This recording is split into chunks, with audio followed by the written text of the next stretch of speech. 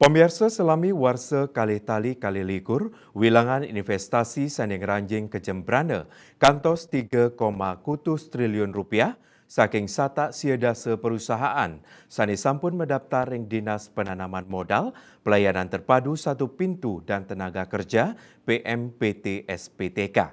Investasi inucap mungkah selah pamikarya kantos sia talian diri.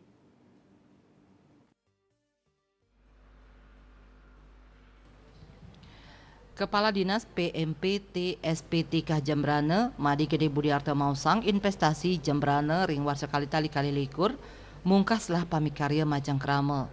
Kauningin wenten langkungan petang talian diri pamikarya anyar ring warsa kali likur, sanes sampun mendaftar mekarya inggian dalam weadin dura negara. Lianan punika pacang wenten petang tali diri pamikarya sane mekarya ring perusahaan Mitra Prodin sane rawe mangkin kanton ngemargiang finalisasi bangunan tur rekrutmen tenaga kerja.